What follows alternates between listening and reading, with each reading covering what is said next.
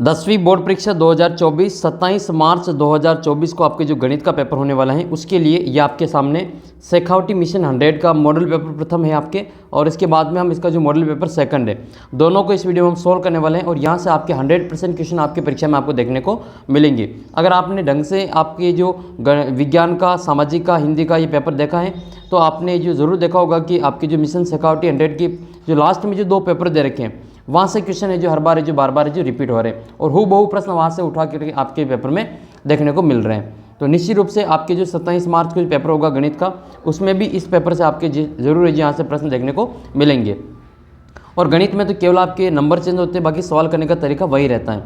अगर आपको इन सवाल को करने का तरीका आता है तो आपको जो आपके एक तो 15 तो आपके अबसद वाले सवाल, 7 आपके रिक्त स्थान और 10 आपके वन लाइनर, टोटल आपके 32 नंबर के सवाल तो आप आराम से इस वीडियो के माध्यम से अच्छे से आप जो कर सकेंगे। तो वीडियो को शुरू से अंत तक देख लेना ताकि आपका जो पेपर है वो बहुत ही अच्छा होगा, और इन सवाल में से आपको कोई भी सवाल आएगा तो कोई भी गलत नहीं होगा। तो ये मॉडल पेपर प्रथम है आपके, इसके बाद में इसका सेकंड मॉडल पेपर उसको भी सोल्व करेंगे। तो पहला मॉडल पेपर का आपके जो क्वेश्चन नंबर 1 है वो देख लेते हैं। इसके अलावा अगर आपने टेस्ट नहीं दिया हो तो टेस्ट भी दे देना। आपके 50 प्रश्नों का टेस्ट बना रखा है जिसका लिंक वीडियो के नीचे आपको डिस्क्रिप्शन बॉक्स में मिल जाएगा। वो टेस्ट में से आपके कई सारे प्रश्न आपकी परीक्षा में आपको हूबहू देखने को मिलेंगे। पहला प्रश्न आपके सामने अबसद वाला ये कि 2√3 एक संख्या है, तो 2√3 एक आपके अपरिमेय संख्या है। तो इसका उत्तर क्या हो जाएगा आपके, ये एक अपरिमेय संख्या है। अपरिमेय संख्या क्यों है? क्योंकि एक परिमेय संख्या है और एक आपके अपरिमेय संख्या है। तो परिमेय और अपरिमेय संख्या का जो गुणा होता है वो हमेशा अपरिमेय संख्या होती है। दूसरा सवाल फिर आपके बहुपद का शून्य का गुणनफल ज्ञात करना है। तो बहुपद के शून्यकों का गुणनफल क्या होता है? अल्फा इंटू बीटा बराबर होता है आपका c/a। तो इसमें a का मान तो है, इसमें 1 है, a बराबर तो 1 है, और इसमें b बराबर 0 है, और c बराबर क्या है -15 है। क्योंकि b का तो कोई मान है ही नहीं इसमें x वाला, तो b का मान 0 हो जाएगा और c का मान -15 है। तो उत्तर आ जाएगा इसमें -15/1 यानी कि -15। तो -15 इसका जो सही आंसर हो जाएगा ऑप्शन ब वाला जो दूसरा ऑप्शन है वो इसमें सही आंसर होगा। ये सवाल तो आपके 100% पूछा जाएगा, ठीक है, फिक्स है ये सवाल तो आपके आएगा ही आएगा। किसी भी बिंदु की x अक्ष से दूरी ज्ञात करनी हो तो उसमें आपको y का मान लिखना है। जब भी x अक्ष से दूरी पूछे तो y का मान लिखना है, वो भी प्लस में। तो y का मान कितना है? इसमें -5 है, लेकिन अपना उत्तर +5 आएगा क्योंकि दूरी कभी भी माइनस में नहीं होती है। नेक्स्ट सवाल है फिर आपके, ये भी आपके 100% पूछा जाएगा ये वाला सवाल, ठीक है। इसमें आपके माध्यक ज्ञात करना है। माध्यक वाला ये सवाल भी आपके 100% पूछा जाएगा। माध्यक कैसे ज्ञात करते हैं? जो संख्या दे रखी होती है उसको गिनती के रूप में लिखा जाता है, तो उसको आरोही अवरोही क्रम में लिखेंगे। तो सबसे पहले इसमें लिखेंगे 0, तो सबसे पहले आएगा इसमें 0 सबसे पहले आएगा, फिर 0 के बाद में आएगा आपके 2, 2 के बाद में आएगा 3, 3 के बाद में 4, फिर 5, फिर 7 और फिर 8। अब देखो बीच में संख्या कौन सी? मध्यक हम लोते हैं, मध्य में संख्या कौन सी? तो टोटल संख्या होगी 1 2 3 4 5 6 7, 7 संख्या हो गई। तो 3 संख्या तो इधर रह जाएगी और 3 संख्या उधर रह जाएगी, बीच में संख्या क्या आ जाएगी आपकी? 4 आ जाएगी। तो इसका माध्यक बराबर कितना हो जाएगा? इसका आंसर 4 हो जाएगा। तो करेक्ट आंसर लिखेंगे हम इसमें 4। डायरेक्ट अगर इसका उत्तर 3 दे दोगे तो वो गलत है, ये 3 इसके बीच में नहीं है। अगर आप इसको सही गिनती में लिखोगे तो मध्य में कौन सा आएगा? आपके 4 आएगा। अगला प्रश्न है आपके, 5 मीटर ऊंचे एक वृक्ष की छाया 5√3 मीटर बनी है, तो सूर्य का उन्नयन कोण आपको ज्ञात करना है। इसका आपको डायग्राम बना लेना है। 5 मीटर ऊंचा एक वृक्ष है, ये 5 मीटर ऊंचा एक वृक्ष है जिसकी छाया आपके 5√3 है, ये आपके 5√3 इसकी छाया है। आपको इसका जो उन्नयन कोण है वो ज्ञात करना है, ये वाला कोण इसमें ज्ञात करना है। तो थीटा के सामने क्या होता है? लंब होता है, और ये क्या होता है? इसमें आधार होता है। लंब और आधार किस में होता है? लंब और आधार होता है आपके tan थीटा में। तो tan थीटा बराबर क्या हो जाएगा? लंब बटे आधार हो जाएगा। तो थीटा का मान हमें ज्ञात करना है, और लंब का मान कितना है? वो 5 है, बटे में आधार कितना है? 5√3 है। 5 से 5 कट जाएगा, बचेगा हमारा ये tan थीटा बराबर, ये बच जाएगा आपकी 1/√3। 1/√3 में ये tan में किसका मान है? तो ये आपके tan में 30 का मान होता है। tan 30 का मान 1/√3 ही होता है। तो ये आपके tan थीटा बराबर tan 30 है। तो थीटा का मान कितना आ जाएगा आपके? ये आपके 30 डिग्री आ जाएगा। केवल √3 होता तो फिर हम 60 लिख लेते हैं, लेकिन ये 1/1 में है तो फिर आपके 30 डिग्री इसका उत्तर हो जाएगा। तो इसका जो सही आंसर हो आपके क्या आएगा? 30 डिग्री इसका आंसर होगा। नेक्स्ट है युग्म के बीच की दूरी ज्ञात करनी है। इसके बीच की दूरी ज्ञात करनी है तो आपको दूरी सूत्र लगाना है। इसमें हम लगाएंगे इसका दूरी सूत्र। तो दूरी सूत्र लगाने के लिए आपको x1 y1 और x2 y2 का मान ज्ञात होना चाहिए, फिर आप इसमें दूरी सूत्र से इसको ज्ञात कर सकते हैं। तो दूरी सूत्र क्या हमारे पास में, एक तो आपको दूरी सूत्र याद होना चाहिए, दूरी सूत्र होता है आपका पी क्यू बराबर, ये इसका दूरी सूत्र है under root x2 minus x1 का whole square plus y2 minus y1 का होल स्क्वायर। ये जो मान है हमारा ये x1 y1 हो जाएगा और ये वाला x2 y2 हो जाएगा। तो मान लिखेंगे इसमें हम इसको x2 का मान आपके माइनस का एक है a है और x1 का मान आपके माइनस a हो जाएगा, इसका होल स्क्वायर प्लस y2 का मान कितना है माइनस का b और माइनस में b, इसका होल स्क्वायर हो जाएगा।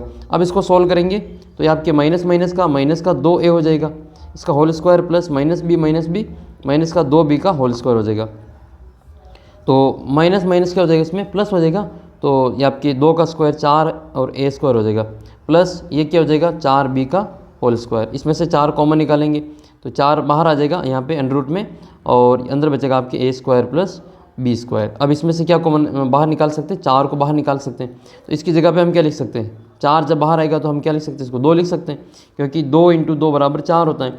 तो 4 की जगह पे लिख लें 2 × 2 और 2 को हम एक बार बाहर लिखेंगे और अंदर क्या बचेगा फिर आपका a square plus b square बचेगा। ये अपना उत्तर हो जाएगा फाइनल। और ये अपना उत्तर कहाँ पे दे रखा है, देखो ये अपना उत्तर ऑप्शन नंबर जो इसका चौथा ऑप्शन है इसमें इसका आंसर दे रखा है। ठीक है, ये वाला उत्तर इसका सही हो जाएगा। अगला प्रश्न आपके समांतर श्रेणी का सारवंतर ज्ञात करना है। तो एक तो इसका आपको प्रथम पद निकालना आना चाहिए, ये सवाल भी आपके 100% पूछा जाएगा। सारवंतर ज्ञात करना है या प्रथम पद ज्ञात करना है। तो प्रथम पद क्या होता है, शुरू का जो नंबर होता है वो प्रथम पद होता है। कितना शुरू का पद इसमें, वो a बराबर माइनस के 5 हो जाएंगे। फिर एक और चीज़ ज्ञात करनी होती है इसमें सार्व अंतर। सार्व अंतर कैसे निकालते हैं, तो सार्व अंतर निकालने के लिए इसको हम d से लिखते हैं और दूसरे पद में से पहले पद को घटाते हैं। दूसरा पद कितना माइनस का 1 है तो माइनस का 1 हो जाएगा। फिर माइनस सूत्र का है और a1 का जो मान है वो माइनस के 5 है तो हम इसमें माइनस का 5 कोष्टक में लिखेंगे। फिर यह इसको सॉल्व करेंगे तो माइनस का 1 माइनस माइनस प्लस के 5, तो माइनस का 1 और प्लस का 5 कितना हो जाएगा आपके प्लस का 4 हो जाएगा। तो इसका जो आंसर आपके आएगा वो प्लस के 4 उत्तर आएगा। ऑप्शन नंबर ए इसका करेक्ट आंसर है। अगर आपने गलती से माइनस के 4 लगा दिए तो वो भी ऑप्शन में है, जबकि ये गलत है आपके। ठीक है, तो ध्यान से इसको सोल्व करना है, प्लस के 4 उत्तर आएंगे क्योंकि प्लस की संख्या बड़ी है। अगला क्वेश्चन सोल्व करते हैं, क्वेश्चन नंबर 7 कि सभी त्रिभुज समरूप होते हैं। तो कौन से त्रिभुज समरूप होते हैं, सभी के सभी जो समबाहु त्रिभुज है वो समरूप होते हैं। इसके अलावा और कौन से आकृतियाँ समरूप होती हैं, तो सभी के सभी जो वृत्त हैं वो समरूप होते हैं। सभी के सभी जो वर्ग हैं वो भी आपके समरूप होते हैं। नेक्स्ट आपकी क्वेश्चन है कि समकोण त्रिभुज में 15 कोण a बराबर 8 हो तो साइन a का मान ज्ञात करना है। तो पहले तो इसको सही रूप में लिखेंगे।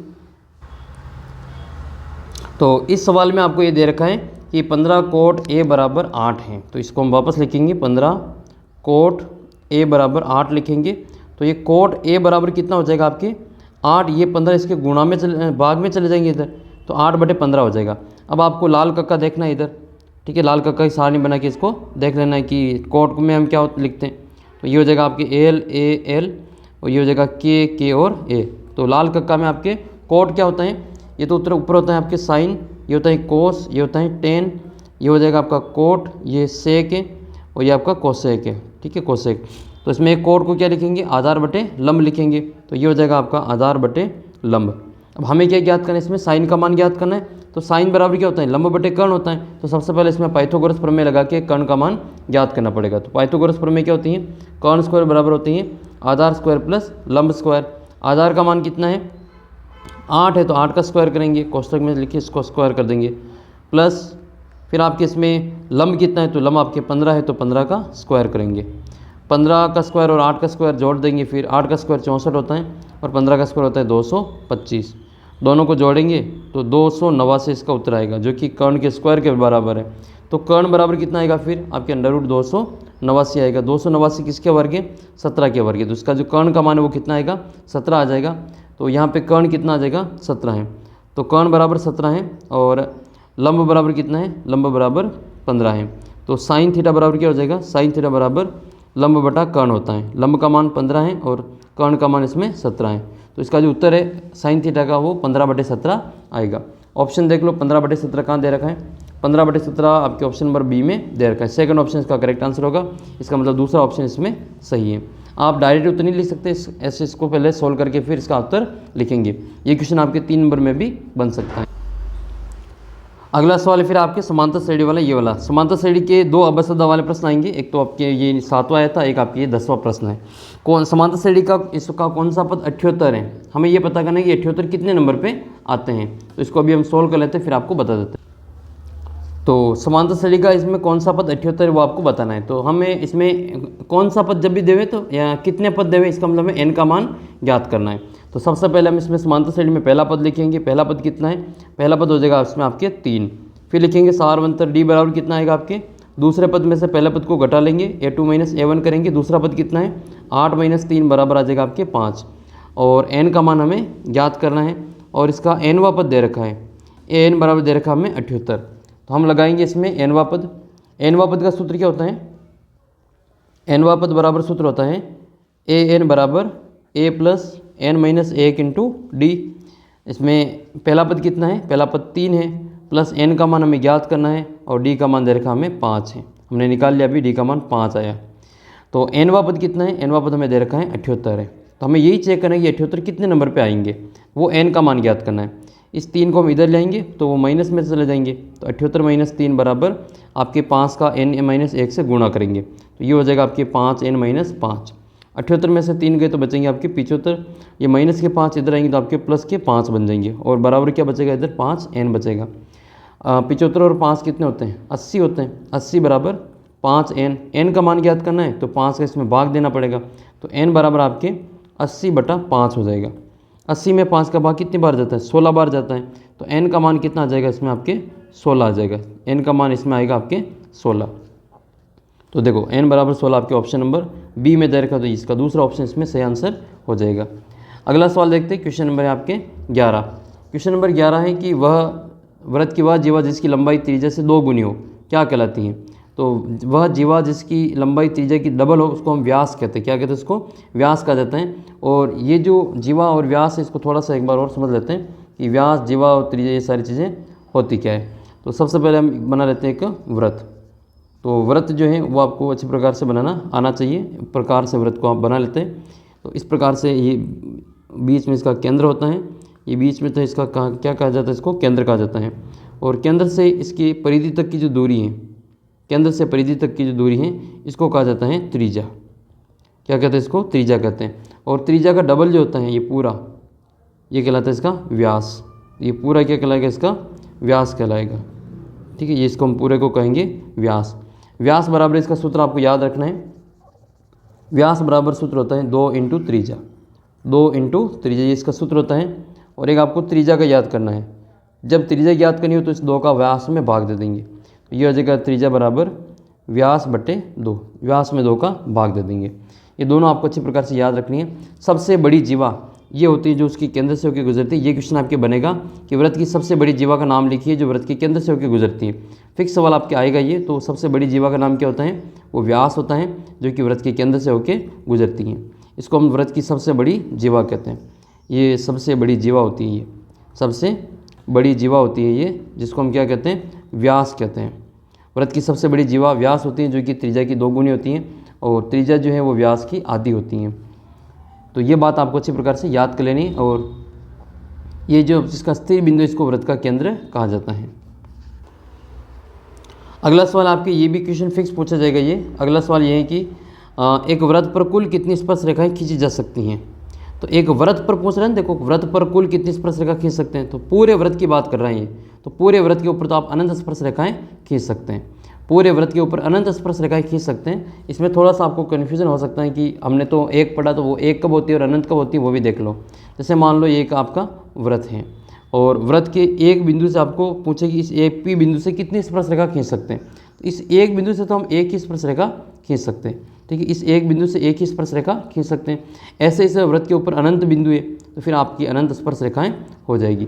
वृत्त के ऊपर एक बिंदु से पूछे तो फिर आपको एक करनी है, और वृत्त के ऊपर कुल पूछे तो फिर आपको अनंत करना है। यही बिंदु अगर मान लो वृत्त के अंदर स्थित है तो वृत्त के अंदर स्थित बिंदु से कितनी स्पर्श रेखा खींच सकते हैं। तो वृत्त के अंदर स्थित बिंदु से हम एक भी स्पर्श रेखा नहीं खींच सकते, क्योंकि वो स्पर्श रेखा नहीं होगी, वो क्या हो जाएगी, वो छेदक रेखा हो जाएगी। और ये छेदक रेखा जो होती हैं वो वृत्त को 2 बिंदुओं पे प्रतिच्छेद करके निकलती हैं। ये ए बिंदु है, ये दूसरा आपका बी बिंदु है। तो ये आपकी छेदक रेखा है। जबकि एक बिंदु से होकर टच करके निकले उसको हम स्पर्श रेखा कहेंगे। जो एक बिंदु से स्पर्श करके निकलती है उसको हम स्पर्श रेखा कहते हैं। ये आपकी स्पर्श रेखा जो पी बिंदु से होके गुजर रही है केवल। इसके अलावा आपको याद रखना है वृत्त के बाहर स्थित बिंदु से कितनी स्पर्श रेखा खींच सकते हैं। तो वृत्त के ये बिंदु बाहर है, ये वाला बिंदु वृत्त के बाहर है, तो वृत्त के बाहर स्थित बिंदु से वृत्त के ऊपर हम 2 स्पर्श रेखाएं खींच सकते हैं। और याद रखना दोनों स्पर्श रेखा की जो लंबाई है वो हमेशा बराबर आती है। मान लो ये पी ए है और ये वाली पी बी है, तो इसमें जो वृत्त के बाहर स्थित बिंदु से इसके ऊपर 2 स्पर्श रेखा खींचेंगे, इनकी लंबाइयाँ, ये जो हमारी लंबाई है पी ए और ये पी बी, ये दोनों बराबर होती हैं। तो पी ए का जो मान है वो पी बी के बराबर होता है। मान लो परीक्षा में आपके ऐसे सवाल आ जाए कि इस चित्र में इसकी जगह पे आपको दे दे 5 सेंटीमीटर और आपसे पूछ ले कि ये कितना होगा, तो ये भी आपके 5 सेंटीमीटर ही होगा, क्योंकि वृत्त की जो बाहर से दोनों स्पर्श रेखाएं होती है वो लंबाई में बराबर होती हैं। एक ये आपको अच्छी प्रकार से याद कर लेना है। तो वृत्त के बाहर स्थित बिंदु से वृत्त के ऊपर 2, वृत्त के ऊपर से एक बिंदु से 1 और वृत्त के ऊपर कुल पूछे तो अनंत, और वृत्त के अंदर स्थित बिंदु से तो 0 स्पर्श रेखाएं खींच सकते हैं। नेक्स्ट क्वेश्चन है आपके प्रथम 4 विषम संख्याओं का माध्य ज्ञात कीजिए। प्रथम 4 विषम संख्या का जब भी आपको माध्य पूछे तो इसका उत्तर आपके सवाल में ही दे रखा है। विषम संख्या कितनी 4 लेनी है तो इसका उत्तर भी आपके 4 आ जाएगा। विषम संख्या 5 लेनी है तो इसका माध्य भी आपके 5 आ जाएगा। विषम संख्या 7 लेनी है तो इसका माध्य भी 7 आ जाएगा। विषम संख्या 6 लेनी हो तो इसका माध्य भी 6 आएगा। जितनी विषम संख्या होती है उसका उत्तर उतना ही होता है, याद रखना। मान लो n विषम संख्या है तो उसका माध्य भी कितना होगा, n हो जाएगा। तो इसको हम कर लेते हैं प्रथम 4 आपकी विषम संख्या, प्रथम 4 विषम संख्या। तो प्रथम 4 विषम संख्या कौन कौन सी? प्रथम 4 विषम संख्याएं वो आपकी वो संख्या होती है विषम संख्या जो 2 के पहाड़े में नहीं आती है। कौन कौन सी है? एक तो 1 है, एक आपके 3 है, एक आपके 5 हैं और एक आपके 7 हैं। ये 4 ही विषम संख्या है शुरुआत की नंबर। तो हम क्या करेंगे, इनका योग करेंगे। माध्य ज्ञात करना है तो माध्य ज्ञात करने के लिए हम सूत्र लगाते हैं आंकड़ों का योग बटा आंकड़ों की संख्या। ठीक है, ये इसका सूत्र होता है। तो हम सूत्र लगाएंगे इसमें, माध्य बराबर क्या सूत्र होता है इसका, आंकड़ों का योग बटा आंकड़ों की संख्या। तो आंकड़ों का योग लिखेंगे और बटे में लिखेंगे आंकड़ों की संख्या। तो जितना आंकड़ों का योग होगा उसमें संख्याओं का भाग दे देंगे। इसका सूत्र होता है आंकड़ों का योग बटा आंकड़ों की संख्या। आपको भी सूत्र लगा के सवाल हल करना अगर 3 नंबर में सवाल पूछे तो। इसमें आंकड़े कौन कौन से, 1 3 5 7, इनकी जोड़ करेंगे तो 1 + 3 + 5 + 7, इनकी जोड़ करेंगे और ये 4 नंबर तो 4 का भाग दे देंगे। तो इनकी जोड़ कितनी आएगी, देखो जितने नंबर होते हैं उसके स्क्वायर के बराबर इसकी जोड़ आती है। ये 4 नंबर है तो इसकी 4 का स्क्वायर कितना होगा, 16, तो ये 4 के स्क्वायर के बराबर इसका जोड़ आती है। और बटे में ये 4 है, ये 16 में 4 का भाग देंगे तो इसका उत्तर कितना आएगा, आपके 4 आएगा। मान लो ये 4 की जगह पे आपको 5 दे देता है इधर, ये 4 नहीं और 5 का ज्ञात करो। तो 5 में हम एक और संख्या लेते हैं 9, ये 9 भी आपकी विषम संख्या ही है। तो इसमें आपको 1 से 9 तक की संख्या लेते हैं विषम में, और योग करेंगे तो इसमें 7 में एक और 9 जुड़ जाएगा। तो ये कितना हो जाएगा, 16 में 9 जोड़ेगा तो 25 हो जाएगा। फिर 25 में 4 का भाग नहीं देंगे, हम 5 का भाग देंगे क्योंकि अब संख्या हमारे 5 हो गई। तो 25 में 5 का भाग 5 बार जाएगा। तो जितनी विषम संख्या होती है प्रथम उसका योगफल उसके स्क्वायर के बराबर होता है और उसका माध्य उसी के बराबर होता है। 7 विषम संख्या का आपको माध्य पूछे, 7 विषम संख्या का, तो इसका जो उत्तर है वो आपके 7 हो जाएगा। अगर आपके 10 विषम संख्या का माध्य पूछे तो उत्तर आपके 10 हो जाएगा, याद रह जाएगा ये आपको, और इसका उत्तर सीधा सा आप इसमें लिख सकते हैं।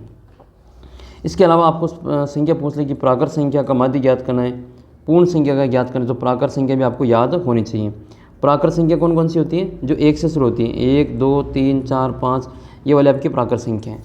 फिर आपकी सम संख्या कौन सी है, सम संख्या वो होती है जिसमें 2 का भाग जाता है, 2 4 6 8 10 12, ये आपके सम संख्या है। विषम संख्या कौन सी होती है, जिसमें 2 का भाग नहीं जाता है, 1 है 3 है 5 है 7 है 9 है, एक को छोड़ के 1, 9 है 11 है, ये आपके विषम संख्या है।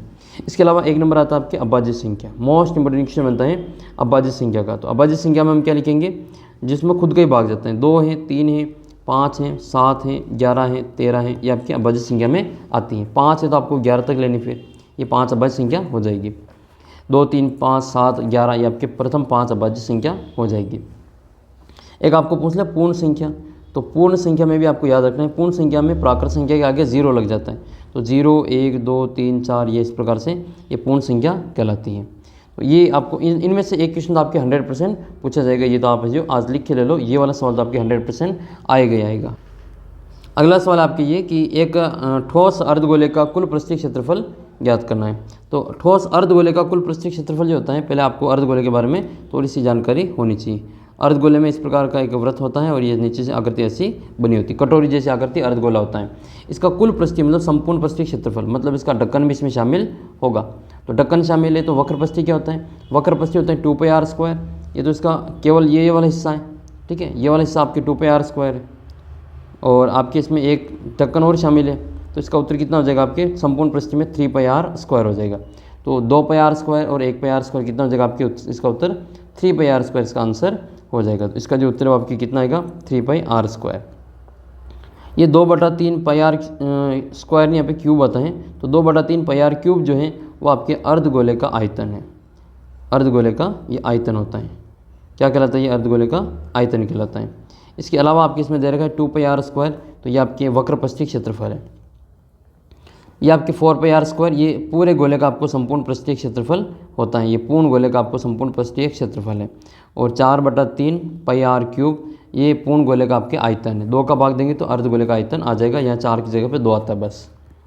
नेक्स्ट क्वेश्चन की ओर बढ़ते हैं। क्वेश्चन नंबर आपके, यह आपके निश्चित घटना की प्रायिकता कितनी होती है। तो याद रखना, निश्चित घटना की जो प्रायिकता होती है वो हमेशा 1 होती है। कितनी होती है, 1 होती है। और जो असंभव घटना होती है, असंभव घटना, तो असंभव घटना की प्रायिकता हमेशा 0 होती है, क्योंकि इसका अनुकूल परिणाम 0 ही आएगा। तो कुल परिणाम का भाग देंगे 0 में तो इसका उत्तर 0 ही आने वाला है। तो दोनों याद कर लेना, किसी भी घटना की निश्चित घटना है तो प्रायिकता आपकी 1 होगी और असंभव घटना है तो प्रायिकता 0 होगी। फिर आपको ऐसा प्रश्न पूछे इसमें कि किसी घटना के सभी प्रारंभिक प्रायिकताओं का जो योग है वो कितना होता है, तो वो आपकी 1 होता है। किसी भी घटना के होने की प्रायिकता और उस घटना के नहीं होने की प्रायिकता का जो योग है वो हमेशा 1 होता है। एक आपको सम विषम अभाज्य संख्या पासे को फेंकने पर आती है तो वो प्रायिकता ज्ञात करनी है। एक आपके चित्त पटाने की प्रायिकता ज्ञात करनी है। तो हम देख लेते हैं अब आपका सवाल नंबर 2, जिसमें आपको रिक्त स्थानों की पूर्ति करनी है। एक पासे को उछाले जाने पर सम संख्या आने की प्रायिकता, तो सम संख्या आने की प्रायिकता पूछे या विषम संख्या आने की प्रायिकता पूछे रिक्त स्थान में, या आपको अभाज्य संख्या आने की प्रायिकता पूछे, तीनों के उत्तर सेम ही होते हैं, 1/2 होता है। इसको याद भी कर सकते हैं, अब शब्द में आ जाए रिक्त स्थान में आ जाए तो इसका उत्तर आपको 1/2 कर देना। इसका उत्तर हो जाएगा आपकी 1/2। नेक्स्ट क्वेश्चन है, वर्ग अंतराल का वर्ग चिन्ह ज्ञात करना है। इसमें 20 से आपके जो 35 हैं, 20 से 35, इसका आपको वर्ग चिन्ह ज्ञात करना है। वर्ग चिन्ह के दो, इसका मध्यमान के दो, दोनों एक ही। मध्यमान कैसे ज्ञात करते हैं, इन दोनों को जोड़ के 2 का भाग देते हैं। तो 20 और 35 को जोड़ेंगे और 2 का भाग देंगे। ये निम्न सीमा, ये ऊपरी सीमा है, तो निम्न सीमा प्लस ऊपरी सीमा बटे 2 होता है इसका सूत्र। तो 2 इसमें जोड़ेंगे तो कितना हो जाएगा आपके 55 हो जाएगा। 55 में 2 का भाग देंगे तो ये आपके आएगा आपके 27.5। तो 27.5 इसका उत्तर हो जाएगा। 27.5 ये आपके दे रखा है। नेक्स्ट है आपके बेलन का आयतन, शंकु का आयतन बेलन के आयतन का कितना होता है। तो शंकु का जो आयतन होता है वो बेलन के आयतन का 1/3 होता है। कितना होता है, 1/3 होता है, क्योंकि जो बेलन का आयतन होता है वो πr² होता है। इसमें 1/3 करेंगे तो आपके शंकु का आयतन हो जाएगा। तो शंकु का आयतन ये बेलन के आयतन का कितना गुना है, 1/3 गुना होता है। तो इसमें लिखेंगे 1/3 गुना। और गोले का जो क्षेत्रफल है, गोले का क्षेत्रफल वो वृत्त के क्षेत्रफल का 4 गुना होता है। वृत्त के क्षेत्रफल का 4 गुना होता है, ये आपको अच्छी प्रकार से याद होना चाहिए। अगला सवाल फिर आपकी ये समांतर श्रेणी दे रखी है आपको और इसका 10वां पद ज्ञात करना है। समांतर श्रेणी क्या है, 5 2 -1 -4। समांतर श्रेणी है 5 2 -1 -4। ये है आपकी AP 5 2 -1 -4। इसका आपको 10वां पद ज्ञात करना है। कौन सा पद ज्ञात करना है, इसमें 10वां पद ज्ञात करना है। 10वां पद ज्ञात करने के लिए इसमें पहला पद लगाएंगे। A बराबर कितना है, 5 है। D बराबर कितना हो जाएगा आपके 2 - 5 बराबर -3 हो जाएगा। N बराबर इसमें 10 है और AN बराबर हमें ज्ञात करना है। तो nवां पद का सूत्र लगेगा इसमें। nवां पद ये हो जाएगा आपके AN बराबर A + n - 1 × D। nवां पद ज्ञात करना है। पहला पद कितना है, 5 है, प्लस n का मान कितना लिखेंगे, 10 लिखेंगे। 10 - 1 और D का मान कितना, -3 है। तो -3 होगा तो उसको कोष्टक में बंद करेंगे। तो 5 + 10 में से 1 गया तो 9 × -3, 9 3 कितने हो गए 27। तो 5 - 27, 5 में से 27 जाएगा तो -22 बचेगा। तो इसका जो उत्तर है वो कितना आएगा, -22 आएगा। देखो इसका जो उत्तर कितना दे रखा है आपके, -22 दे रखा है। अगला क्वेश्चन है फिर आपके ये कि एक वृत्त की स्पर्श रेखा और त्रिज्या की मध्य का कोण कितना होता है। तो ये 90 डिग्री का कोण होता है। वृत्त की जो स्पर्श रेखा है और त्रिज्या दोनों लंबवत होती हैं, एक दूसरे पर 90 डिग्री का कोण बनाती हैं। और वृत्त की त्रिज्या और जो स्पर्श रेखा है उसका जो उभयनिष्ठ बिंदु है इसको स्पर्श बिंदु कहते हैं। वृत्त की त्रिज्या और स्पर्श रेखा का उभयनिष्ठ बिंदु वो क्या कहलाता है? स्पर्श बिंदु कहलाता है। कॉमन पार्ट जो होता है वो आपके स्पर्श बिंदु जाना जाता है। अगला क्वेश्चन आपके ये कि 9, 4, 7 x का माध्य 8 हो तो x का मान ज्ञात करना है। 9, 4, 7 x का मान माध्य कितना है? वो आपके 8 है, तो इसमें आपको x का मान ज्ञात करना है। वापस देख लेते हैं सवाल इसमें। 9, 4, 7 x, तो 9, 4, 7 x का जो माध्य वो कितना दे रखा है? 8 दे रखा है। तो 9, 4, 7 और x का जो माध्य है वो दे रखा आपको 8 दे रखा है। इसमें आपको x का मान ज्ञात करना है।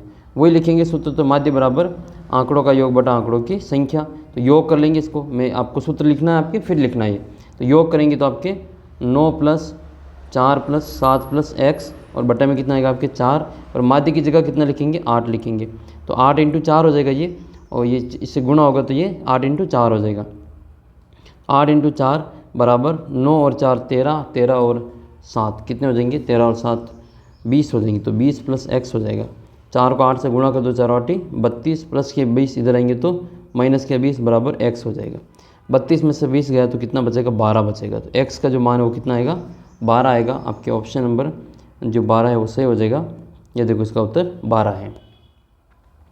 अगला सवाल है कि 1 + 10² 45 का मान कितना होता है? तो 10 45 का मान कितना होता है? 1 होता है। तो 1 + 1 का स्क्वायर करेंगे तो 1 + 1 बराबर 2 हो जाएगा इसका आंसर। तो इसका करेक्ट आंसर कितना होगा? 2 हो जाएगा। नेक्स्ट क्वेश्चन है, यदि sin 3x बराबर x 1 हो तो x का मान ज्ञात करना है। देखो ये sin 3x है और ये 1 है, तो 1 में sin का मान कितने का होता है? तो sin 90 का होता है। तो sin 3x बराबर हम लिख सकते हैं sin 90। तो sin 3x बराबर आपके sin 90 है। तो sin से sin कैंसिल हो जाएगा, तुलना करेंगे तो 3x बराबर क्या बचेगा? 90 बचेगा। तो अगर 3x बराबर 90 तो x बराबर क्या होगा? 90/3 होगा, जो कितना आ जाएगा आपके 30 डिग्री उत्तर होगा। ये सवाल 100% पूछा जाएगा। मोस्ट इंपॉर्टेंट क्वेश्चन है कि किसी खंभे की परछाई उसकी छाया की लंबाई के बराबर है, तुल्य है, बराबर है मतलब तुल्य है, बराबर है। एक ही बात है कि खंभे की छाया परछाई और उसकी खंभे की लंबाई बराबर है, तो सूर्य का उन्नयन कोण हमेशा 45 डिग्री आता है। तो इसका उत्तर आपको याद रखना है, वो 45 डिग्री आएगा। निकालेंगे कैसे इसको? तो ये एक खंभा बना लेंगे जिसकी ऊंचाई h मीटर है और इसकी छाया भी h मीटर ही हो जाएगी, क्योंकि इसकी जो छाया है और इसकी जो ऊंचाई है वो बराबर है, ये भी h हो जाएगा। लंब और आधार ये किस में होता है? ये होता है आपके tan थीटा में। tan थीटा बराबर लंब बटे आधार। लंब का मान कितना है? वो h है और आधार का मान भी h है। h से h कट जाएगा, बचेगा 1। तो ये tan थीटा बराबर क्या आएगा आपके?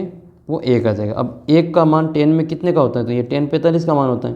तो तुलना करने पर थीटा से थीटा के बराबर में क्या आ जाएगा आपके? 45 आ जाएगा। इसका जो उत्तर है वो कितना आएगा आपके? 45 डिग्री आएगा।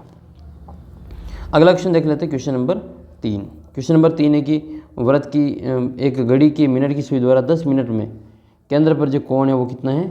केंद्र पर कोण का मान आपको ज्ञात करना है। तो एक मिनट की जो सुई है वो 10, पहले 1 मिनट का चेक करो कि 1 मिनट की सुई 1 मिनट में कितने डिग्री का कोण बनाती है। तो 1 मिनट में जो मिनट की सुई कोण बनाती है वो 6 डिग्री का कोण बनाती है, और हमें 10 मिनट का बताना है। तो हम क्या करेंगे? इसको 10 से गुणा कर देंगे, तो 6 × 10 बराबर कितना डिग्री आ जाएगा? 60 डिग्री आ जाएगा। अगला प्रश्न है, घन का फलक 64 सेमी, इसके एक फलक का क्षेत्रफल ज्ञात करना है। मतलब पहले इसका आयतन से भुजा ज्ञात करेंगे, फिर भुजा का वर्ग करेंगे तो इसका क्षेत्रफल भी आ जाएगा। तो भुजा का क्यूब होता है ये, और ये कितना आ जाएगा आपके? 64 का क्यूब रूट है तो ये आ जाएगा 4। ठीक है, 64 का क्यूब रूट जो होता है वो आपके 4 ही होते हैं। तो भुजा का मान कितना आ गया आपके? 4 आ गया। अब आपका भुजा वर्गाकार है, घन में तो वर्ग होता है, तो वर्ग का क्षेत्रफल क्या होता है? भुजा इंटू भुजा, या भुजा का स्क्वायर, तो 4 का स्क्वायर 16 इसका आंसर हो जाएगा। सबसे इंपॉर्टेंट क्वेश्चन बनता है ये 5वां कि किसी शंकु की तिर्यक लंबाई 5 सेमी और ऊंचाई 4 सेमी, तो उसका व्यास ज्ञात करना है। मोस्ट इंपॉर्टेंट क्वेश्चन बनता है ये कि तिर्यक लंबाई त्रिज्या ज्ञात करने के लिए आपको ये वाला सूत्र याद होना चाहिए, L² बराबर R² प्लस H²। L का मान कितना है? 5 है, तो 5 का स्क्वायर हो जाएगा, बराबर R का मान हमें ज्ञात करना है तो R², H बराबर 4 का स्क्वायर कर देंगे। तो 5 का स्क्वायर कितना हो जाएगा? 25 हो जाएगा, और 4 का स्क्वायर 16 हो जाएगा। इधर आएगा तो माइनस में हो जाएगा, बराबर में R²। 25 में से 16 गए तो 9, बराबर R²। तो R² का मान आपके 9 है, तो R बराबर कितना आएगा? √9 आ जाएगा। √9 का मतलब कितना होता है? 3 होता है। तो R बराबर कितना है आपके? 3 है। तो 3 तो इसकी त्रिज्या है, हमें इसका व्यास ज्ञात करना है। तो व्यास अगर त्रिज्या दे रखी हो तो व्यास कैसे ज्ञात करते हैं? व्यास बराबर होता है 2 इंटू त्रिज्या। आर का मान कितना है? 3 है, तो 2 3 6 इसका व्यास हो जाएगा। अगला सवाल फिर आपका ये क्वेश्चन नंबर 6 है कि इसमें दो बिंदुओं के मध्य बिंदु की निर्देशांक ज्ञात करना है। तो मध्य बिंदु की निर्देशांक का सूत्र क्या होता है? पी एक्स कोमा वाई बराबर इसका सूत्र होता है x1 प्लस x2 बटा 2 और y1 प्लस y2 बटा 2। मान लिख लो इसमें सारणी से। तो इसमें ए और x1 y1 कितना है? तो x1 का मान आपके दे रखा है 3, x2 कितना है? 7 है और बट्टे में 2 है। y1 कितना है? 5 है। y2 कितना है? 9 है और बट्टे में 2 है। तो 7 और 3 10 बटा 2 और 9 और 5 14 बटे 2। जब इसको सोल्व करेंगे तो 10 में 2 का भाग 5 बार चला जाएगा और 14 में 2 का भाग 7 बार चला जाएगा। उत्तर जाएगा आपके 5 और 7 इसके आंसर होंगे। ट्रिपल एस नियम आपको याद रखना है। दो त्रिभुज की तीन सभी भुजाएं बराबर हो तो वे समरूप त्रिभुज कहलाते हैं। फिर आपको ट्रिपल एस के अलावा आपको ट्रिपल ए नियम भी याद करना है। एंगल एंगल और एंगल, एक आपके साइड एंगल साइड वाला भी याद करना है, एक आपको RHS वाला। ये 4 इसके प्रमुख कसौटियाँ होती है। इसके अलावा कोई दूसरा आ जाए तो वो इसकी कसौटी नहीं होगी। समीकरण को आपको x और y के रूप में, x को y के रूप में लिखना है। तो जहाँ पे x है उसको y के रूप में बदल देना है। तो सबसे पहले हम क्या करेंगे, इसमें x के बराबर में लिखना है। तो ये माइनस के 5y बराबर से इधर आ जाएंगे तो प्लस के 5y हो जाएंगे। तो 2x बराबर 13 प्लस 5y हो जाएगा, या y 5y प्लस 13 हो जाएगा। x बराबर क्या आएगा आपके? यह आएगा आपके 5y प्लस 13 और बटे में 2। ये हमारा x का मान आएगा। फिर आपके अगला सवाल है ये बहुपद के शून्य ज्ञात करने। बहुपद के शून्य ज्ञात करने के लिए आपको इसमें गुणनखंड करना पड़ेगा। तो इसका शून्य ज्ञात करने के लिए इसको हम लिखेंगे यहाँ पे x² माइनस 2x और माइनस में 8। ये a बराबर कितना है? a बराबर 1 है, b बराबर आपका माइनस का 2 है और c बराबर आपके माइनस का 8 है। इधर साइड में हम a को गुणा करेंगे c से, यानी कि a को गुणा करेंगे माइनस के 8 से। तो उत्तर कितना? माइनस का 8 आएगा। माइनस 8 के टुकड़े करने, जिनको जोड़े या घटाएं तो आपके माइनस के 2 आ जाएँ। तो ये हो जाएगा आपके 4 दूनी 8। तो माइनस के तो हो जाएंगे 4 और प्लस के हो जाएंगे 2। 4 को 2 से गुणा करें तो माइनस के 8 हो जाएगा और माइनस के 4 में 2 जोड़ेंगे तो आपके माइनस के 2 बचेंगे। तो इसे -2 की जगह पे हम क्या लिखेंगे? ये 4 और 2 लिखेंगे। ये हो जाएगा आपका x² माइनस ये 2x है ना और माइनस में 8। एक बार और लिख लेते हैं, x² माइनस ये आपके 4x और प्लस में 2x और माइनस में 8 बराबर 0। बराबर 0 बाद में लगा लेंगे, पहले इसको सोल्व कर लेते हैं। कॉमन लेंगे यहाँ से, x कॉमन आएगा, x माइनस 4 बचेगा, प्लस के 2 कॉमन लेंगे तो यहाँ बचेगा x माइनस 4। x माइनस 4 एक बार लिखेंगे और x प्लस 2 को कोष्टक में बंद करेंगे। शून्य ज्ञात करें तो इसको बराबर में 0 लिखेंगे। तो x माइनस 4 बराबर 0, तो x का मान कितना आएगा? प्लस के 4 आएगा।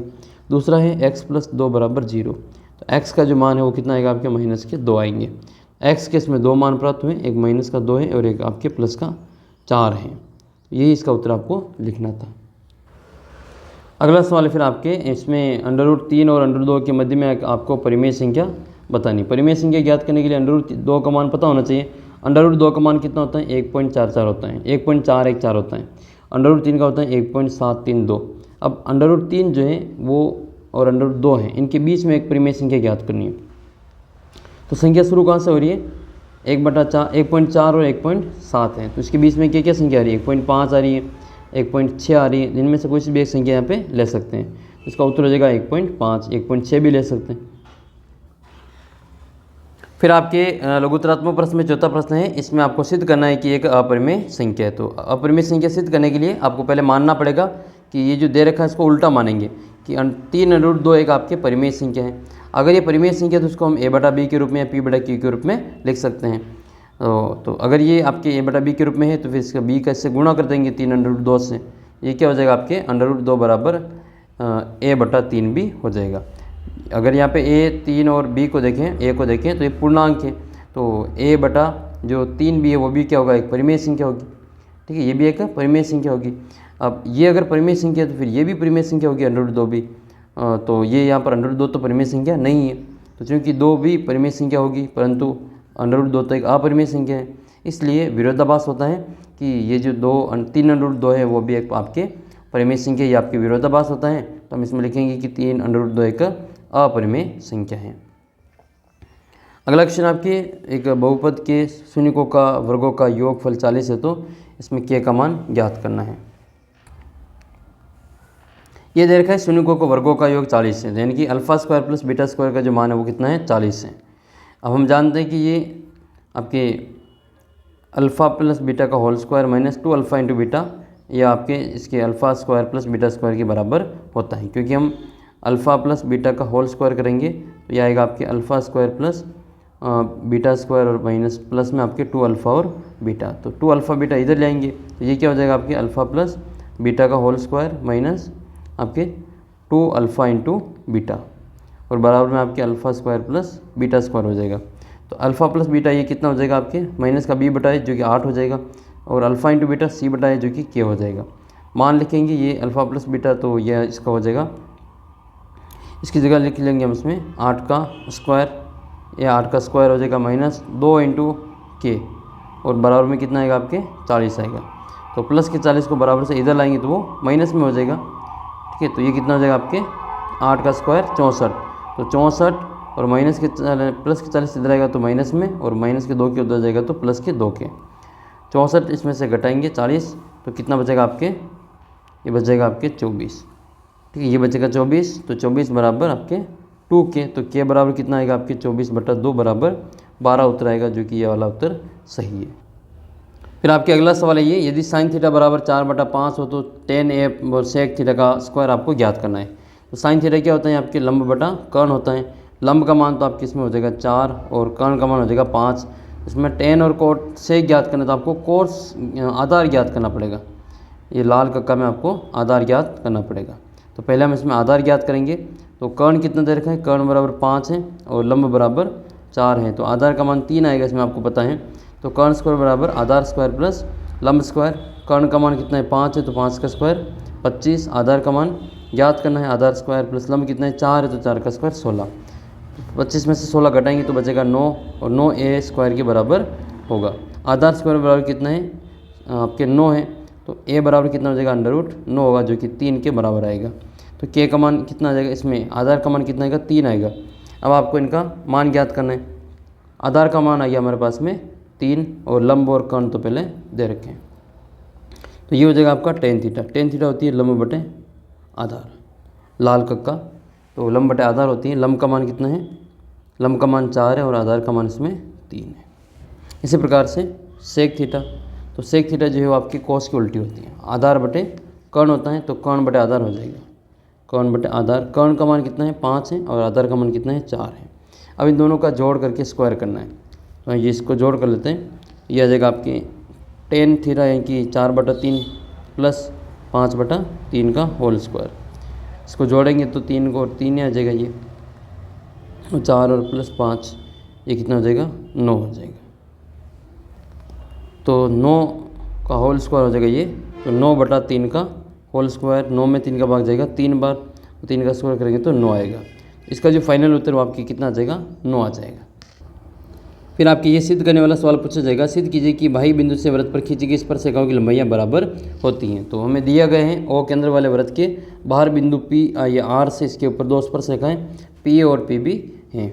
फिर हमने रचना क्या की, तो हमने इसको मिलाया।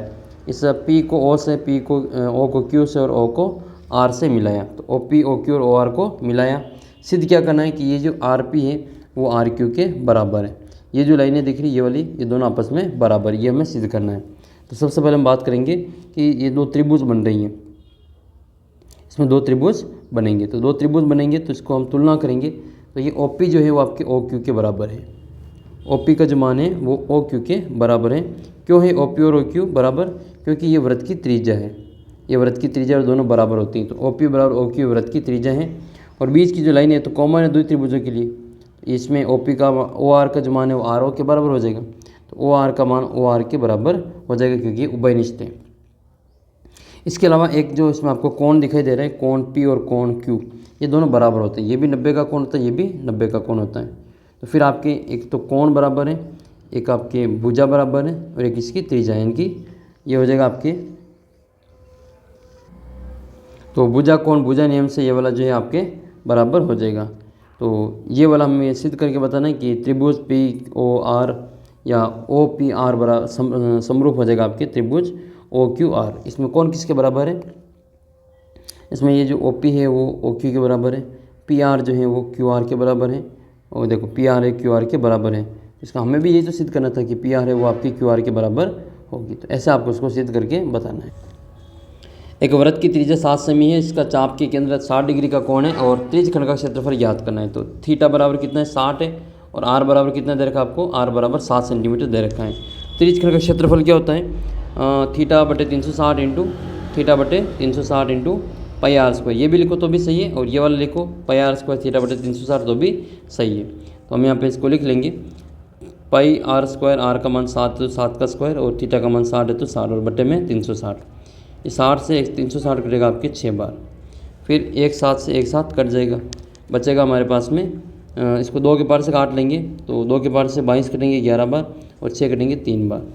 तो बचा हुआ क्या इधर आपका, ये बचेगा ऊपर एक तो 7 इंटू 11, 11 7 77 बटे में 3, 77 में 3 का भाग देंगे तो आपके 25.67 उत्तर आ जाएगा। अगला क्वेश्चन है फिर आपके ये दो गोलों के आयतनों का अनुपात 64:27 है तो उनके पृष्ठीय क्षेत्रफलों का अनुपात ज्ञात करना है। तो पहले तो इसमें हम आर का मान ज्ञात करेंगे। तो गोले की जो आयतन होता है वो क्या होती है संपूर्ण पृष्ठीय, संपूर्ण गोला है तो आपके हो जाएगा आपके 4/3 पाई आर क्यूब।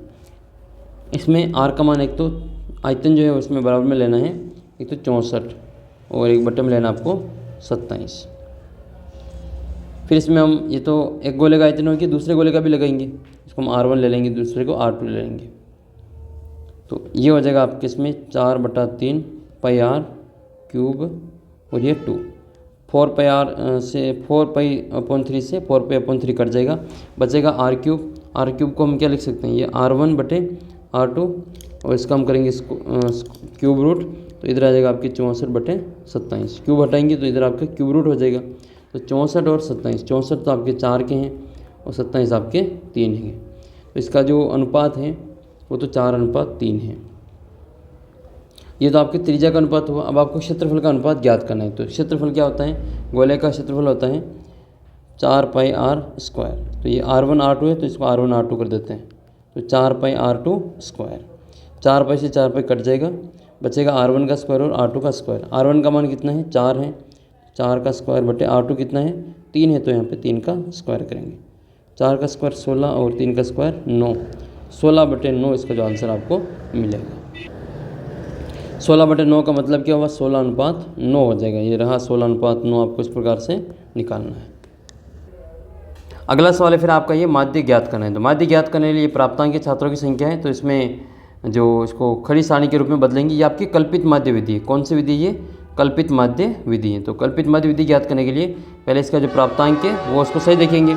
25, 35, 45, 55, 65 ये यहाँ पे लिख लिया हमने x का मान।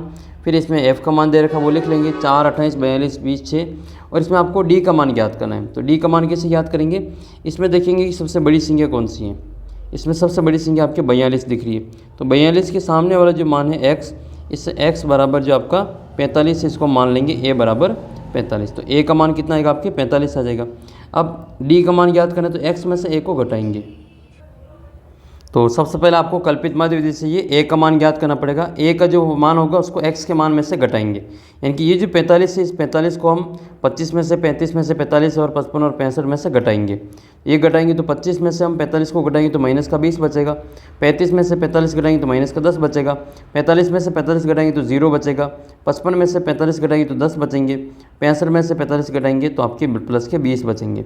अब क्या करना है आपको, इस f को d से गुणा करना है। तो ये FD हो जाएगा आपके। तो ये f को d से गुणा करते हैं। तो 4 को गुणा करेंगे माइनस के 20 से तो माइनस का 80 होगा। 28 को माइनस के 10 से करें तो माइनस के 210 होंगे, 280 होंगे। 42 को 0 से करें तो ये 0 आ जाएगा। 20 को 10 से करें तो 200 हो जाएगा। 6 को 20 से करें तो ये 120 हो जाएगा।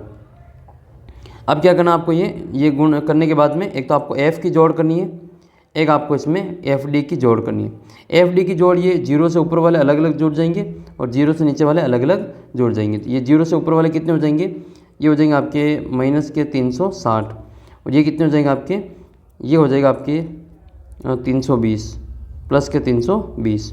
अब इन दोनों को जोड़ेंगे, माइनस के 360 और प्लस के 320, इनका जोड़ कितना आएगा आपके, इनका जोड़ आएगा माइनस के 40। तो ये इसका FD का मान कितना है, माइनस के 40 आया। ठीक है, माइनस के 360 और प्लस में 320, इसको जोड़ेंगे तो आपके माइनस के 40 ही आएगा। तो ये आपके FD का मान आया 40। F का मान कितना है तो 100 हो जाएगा, इसकी जोड़ करेंगे तो 100 आएगा। सूत्र लगाएंगे। इसका सूत्र हमारे पास में माध्य एक्स बार बराबर ए प्लस सिग्मा एफ डी और बटे में सिग्मा एफ डी का मान कितना है -40, तो ये ए का मान लिखेंगे पहले। ए का मान कितना है 45 है, तो हम लिखेंगे 45 प्लस एफ डी कितना है -40, तो -40 बटे में एफ कितना है 100 है, तो 100। फिर इसमें भाग दे देंगे 100 का, तो 100 का भाग 0 से 0 कट जाएगा। 4 में भाग देंगे 10 का, तो ये माइनस तो ही आपके और 0.4 हो जाएगा। तो 0.4 को घटाएंगे हम 45 में से, तो 45 में से 0.4, ये प्लस माइनस माइनस हो जाएगा यहाँ पे, तो 45 में से 0.4 को घटाएंगे तो 44.6 इसका उत्तर बचेगा। अगला सवाल, एक थैले में 3 लाल 5 काली गेंद है, इस थैले में से एक गेंद निकाली जाती है, इसकी क्या प्रायिकता है कि गेंद जो है वो आपकी लाल है। तो कुल परिणाम कितने हो जाएंगे, लाल गेंद कितनी है 3 है, काली गेंद कितनी है 5 है, तो कुल गेंद कितनी हो जाएगी 8 हो जाएगी। तो कुल परिणाम कितना होगा 8 हो जाएगा। लाल होने की प्रायिकता पी ई बराबर लिखेंगे या पी लाल बराबर लिखेंगे अनुकूल परिणामों की संख्या बटे कुल परिणामों की संख्या। ये आपको सूत्र लगाना पड़ेगा, अनुकूल स्थितियाँ बटे कुल स्थितियाँ लिखो, एक ही बात है। अनुकूल लाल रंग की कितनी 3 है और कुल कितनी है 5 है। इसी प्रकार से लाल गेंद नहीं आने की प्रायिकता, तो कुल कितनी है, कुल है 8, इसमें से कितनी लाल है 3 है, तो जो बचेगी आपकी वो लाल नहीं होगी। तो लाल नहीं होने की अनुकूल परिणाम कितने हैं 5 हैं और कुल परिणाम है आपके 8, तो 5/8 भी लिख सकते हैं। या फिर किसी भी घटना की होने की प्रायिकता, लाल होने की प्रायिकता प्लस लाल नहीं होने की प्रायिकता की जोड़ 1 होती है, तो 1 को घटा लेंगे हम इसमें नहीं होने की प्रायिकता से, तो ये होने की प्रायिकता को घटाएंगे तो नहीं होने की प्रायिकता आ जाएगी। तो या तो ये कर लो या फिर ये वाला सवाल भी डायरेक्ट हम 5/8 भी लिख सकते हैं। नेक्स्ट है फिर आपके 16वां सवाल में आपको माध्यक ज्ञात करना है। बारंबारता मंडन किसी मॉल है कि 48 उपभोक्ताओं की बिजली की मासिक खपत को दर्शाता है, इन आंकड़ों का माध्यक ज्ञात कीजिए। तो इसमें ये मासिक खपत दे रखा है, ये आपकी उपभोक्ताओं की संख्या दे रखी है। जब भी आपको माध्यक ज्ञात करना होगा तो आपको CF बनाना पड़ेगा, संचय बारंबारता सारणी बनानी पड़ेगी। वो कैसे ज्ञात करते हैं, वो बनाने के लिए आपको यहाँ पर जो एक नया कॉलम बनाना पड़ेगा, ठीक है, एक CF का नया कॉलम बनाना पड़ेगा। और नया कॉलम में क्या लिखना पड़ेगा 4 के 4 ही, फिर 4 में 5 जोड़ेंगे तो 9 और 13 को जोड़ेंगे तो ये हो जाएगा आपके 22 में 20 जोड़ेंगे तो 42 हो जाएगा, 42 में 14 जोड़ेंगे तो ये हो जाएगा आपका 56, और 56 में जोड़ेंगे 8 तो ये हो जाएगा आपका 56 में जोड़ेंगे 8 तो ये हो जाएगा 64, 64 में 4 जोड़ेंगे तो 68। तो इसकी जो जोड़ है वो कितनी आएगी, F की जोड़ आपकी 68 आएगी। और ये 68 ये देखो 68 उपभोक्ताओं का दे रखा, तो आपके उत्तर भी 68 ही आए जोड़। अब आपको क्या करना है n/2 करना है, तो हम इसको यहाँ पे देख लेते हैं। n का मान कितना है 68 है, तो n/2 करेंगे तो 68 में 2 का भाग देंगे, जो कितनी बार आएगा 34 आएगा। अब इस वाली लाइन में ये जो लाइन है इसमें देखना है कि 34 से बड़ी संख्या कौन सी है, तो 34 से बड़ी संख्या आपके 42 है, ठीक है, जिसके संगत वर्ग आपका 125 से 145। अतः माध्यक वर्ग क्या हो जाएगा 125 से 145 हो जाएगा। तो हम यहाँ पे लिखेंगे माध्यक वर्ग 125 से 145 है। L का मान 125 है और ये H का जो मान है वो 145 में से 125 को घटाएंगे तो 20 उत्तर आएगा। H का मान आपके 20 हो जाएगा। n/2 कितना हो जाएगा, तो n/2 जो है आपके 34 के बराबर लिख लेंगे। और ये F का मान जो है वो बारंबारता हो जाएगी, माध्यक वर्ग की बारंबारता F, ये कितनी आपकी ये F है। और ये इससे ऊपर वाली जो है आपके 22 ये आपका CF है। संचय बारंबारता CF लिखते हैं और बारंबारता को F से लिखते हैं। तो मान लिखेंगे हम इसमें, इसका सूत्र क्या होता है माध्यक का, माध्यक M बराबर L plus n/2 minus CF/F into H। तो M का मान 125 है, L का मान जो है 125 है, माध्यक M में L का मान 125 है। और ये n/2 जो है वो आपके 68/2 34 हो जाएंगे, माइनस में C का मान 22 है और बटे में F का मान 20 है। 34 में से 22 गए तो कितने बचेंगे 12, और फिर भाग देना है 20 का और इंटू में 20, तो ये 20 से 20 तो कट जाएंगे, बचेंगे आपके 125 प्लस 12 बराबर 137 के बराबर हो जाएगा। तो ऐसे सवाल आपको जो ये माध्यक वाला सोल्व करना है।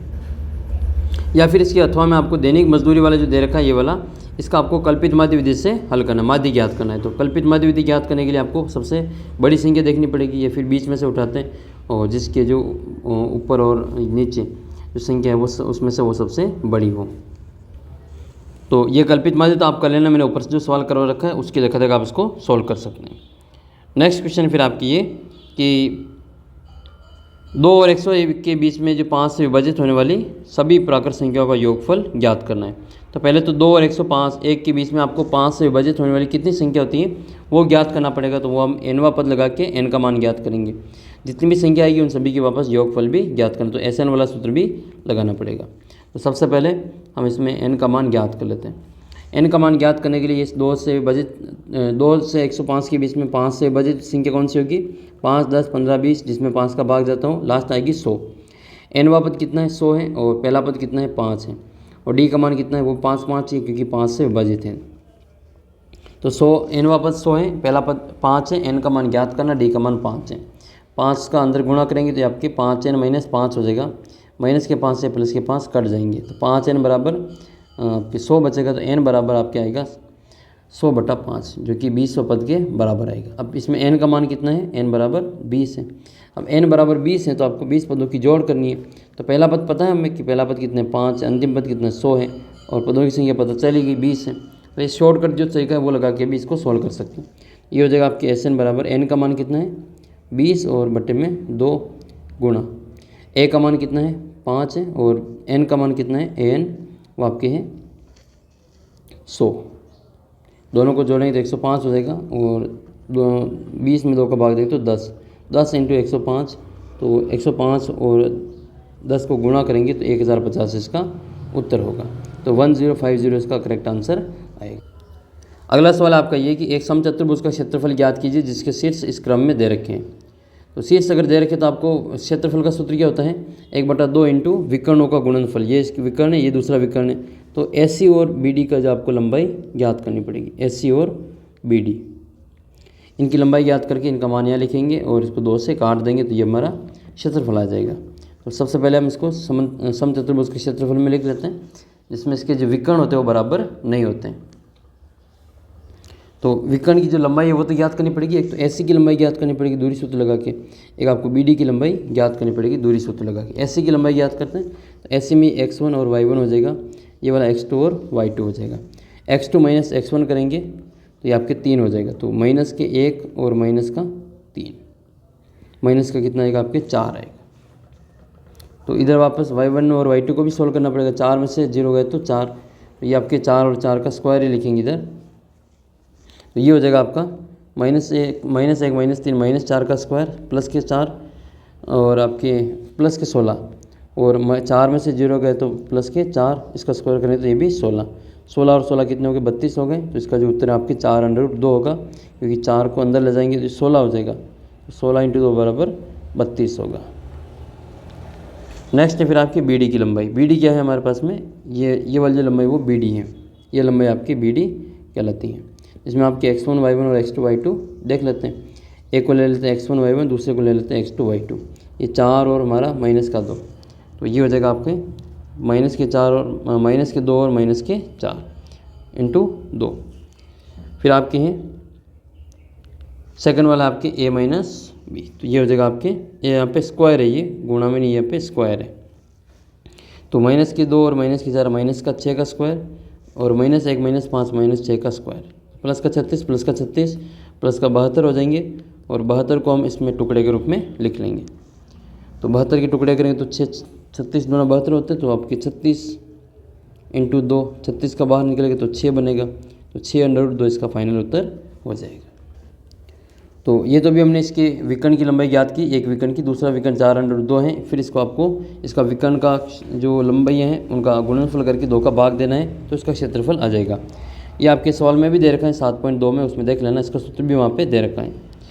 तो 1/2 इंटू विकर्णों का गुणनफल। विकर्ण कौन कौन से हैं? एक तो आपके SC है और एक आपके BD है। SC का मान 1/2 इंटू SC का जो मान है वो 4√2 है, और BD का मान 6√2 है। तो संख्या गुणा हो जाएगी, ये कितना हो जाएगा आपके 24 इंटू √2 इंटू √2 का √ हट जाएगा और 2 बचेंगे, 2 से 2 कट जाएंगे, बचेंगे आपके केवल 24। तो सही आंसर जो है इसका कितना आएगा? आपके 24 वर्ग मात्रक इसका उत्तर हो जाएगा। नेक्स्ट है फिर आपके सवाल सिद्ध करने वाला कि सिद्ध कीजिए कि वृत्त के परिगत बने चतुर्भुज के आमने सामने की जो भुजाएं हैं वो केंद्र पर समपूरक कोण अंतरित करती हैं। यानी कि ये वाला मान लो चतुर्भुज है, तो इसमें आमने सामने की जो भुजाएं हैं वो 180 डिग्री का कोण बनाती है। ये वाली 180 है और ये वाली भी 180 का कोण बनाती है, दोनों की जोड़ 180 के बराबर आती हैं। तो सबसे पहले आपको ये सिद्ध करना है कि ये आमने सामने के योग हैं P और O, इसकी जोड़ आपके 180 के बराबर होती है, या फिर इसको और नाम देते हैं A और B। तो कोण A और कोण B के जो योग हैं वो भी आपके 180 डिग्री के बराबर ही होते हैं। ये लिखेंगे हम, इसमें चित्र बना ही रखा आपके, ये चित्र हैं तो आपके POQ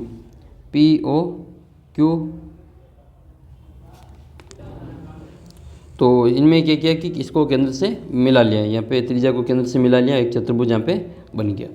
तो यहाँ पे कौन कौन बराबर हैं, तो कोण 2 और कोण 3 बराबर हैं। ठीक है, केंद्र O से मिलाने वाली रेखाखंड को मिलाएंगे तो 2 बराबर 3 है, 4 बराबर 5 है और 6 बराबर 7 है और 8 बराबर 1 है। सभी की जोड़ करेंगे तो कितना आ जाएगा आपके 1 2 3 4 5 6 7 8 तक जोड़ 360 के बराबर होती है।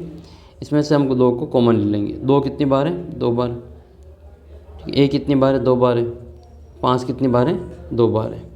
तो इनमें से हम 2 को कॉमन निकाल लेंगे, क्योंकि ये बराबर है तो 2 कॉमन हो जाएंगे। 2 कॉमन आएंगे तो फिर इसमें से 2 की तुलना हो जाएगी।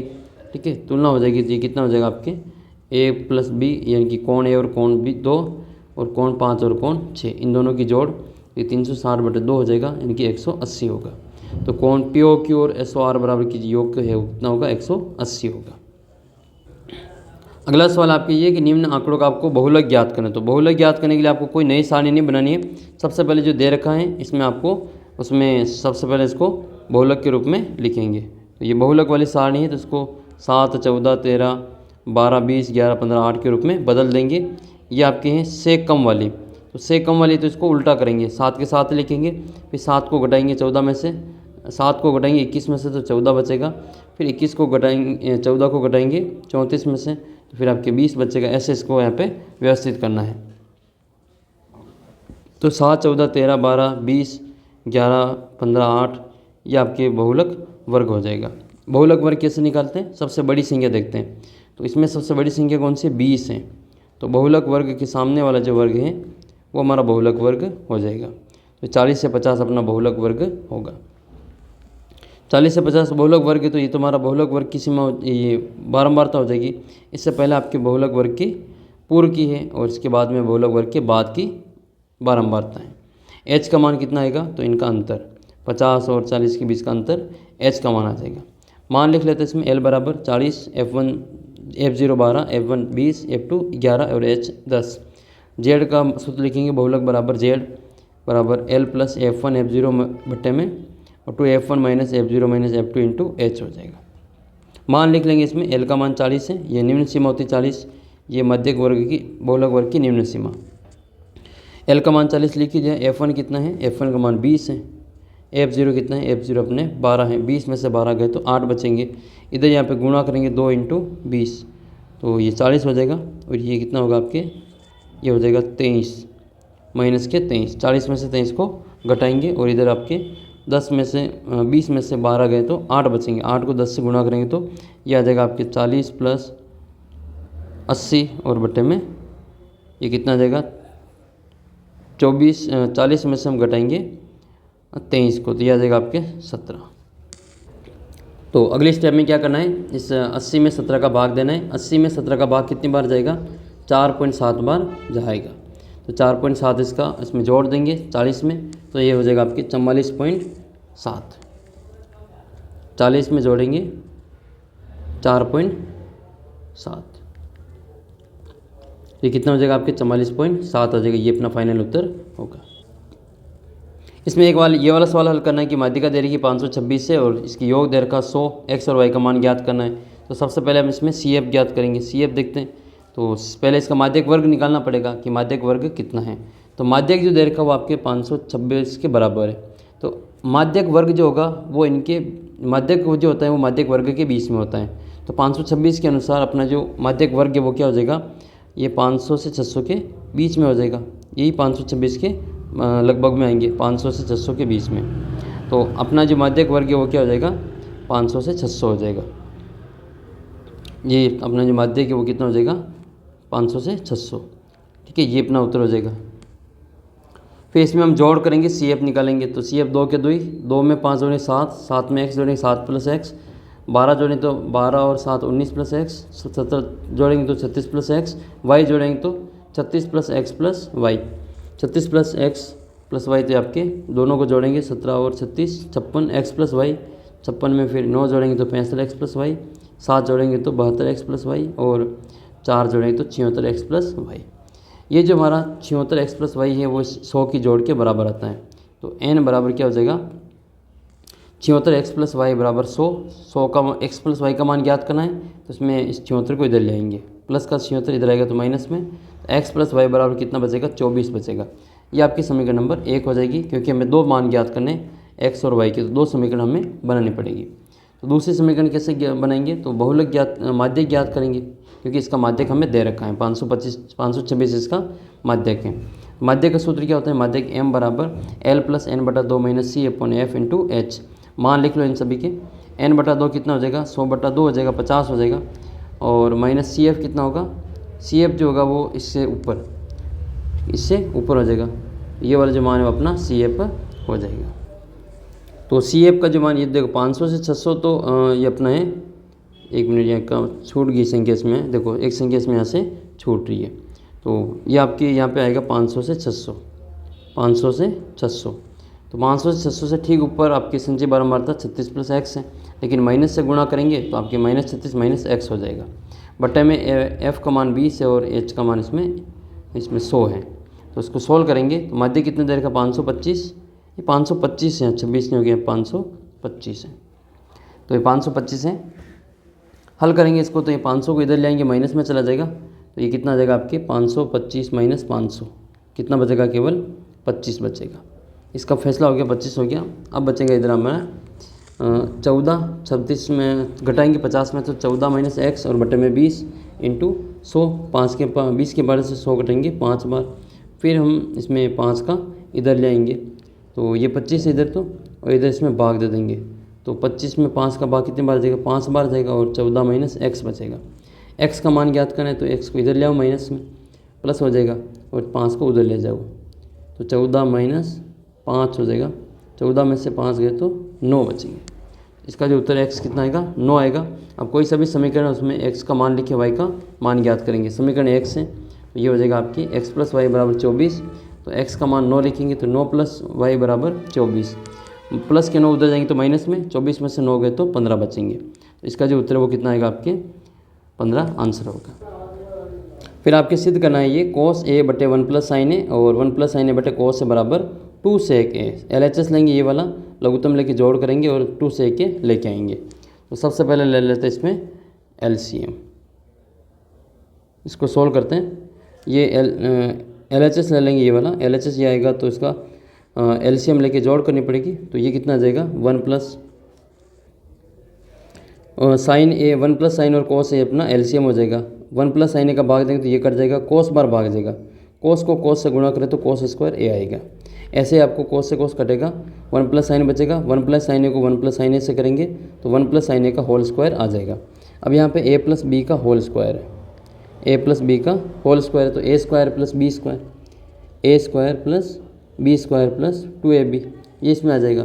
तो ये cos स्क्वायर तो पहले से आएगा, a का मान इसमें साइन है तो साइन का square a plus 2 sine a, तो ये 2 साइन a हो जाएगा क्योंकि 2ab होता है, और प्लस में आपके 1 का स्क्वायर 1 हो जाएगा। अब इसमें क्या करना है, इसे 1 प्लस साइन को यहाँ से हटाना है और ऊपर 2 लाना है, तो ये साइन स्क्वायर और cos स्क्वायर का मान कितना होगा 1 होगा, 1 और 1 ये कितना हो जाएंगे 2 हो जाएंगे, 1 और 1 2 हो जाएंगे, तो 2 प्लस 2 साइन a, 2 में से 2 को कॉमन निकालेंगे तो बचेगा आपका 1 प्लस साइन ए, तो 2 इंटू 1 प्लस साइन ए, और 1 प्लस साइन ए से 1 प्लस साइन ए कट जाएगा, तो 2 इंटू 1 बटा कोस, जो कि 2 सेक के बराबर होता है, 1 बटा कोस सेक के बराबर होता है, इसलिए हम इसको लिखेंगे 2 सेक आंसर।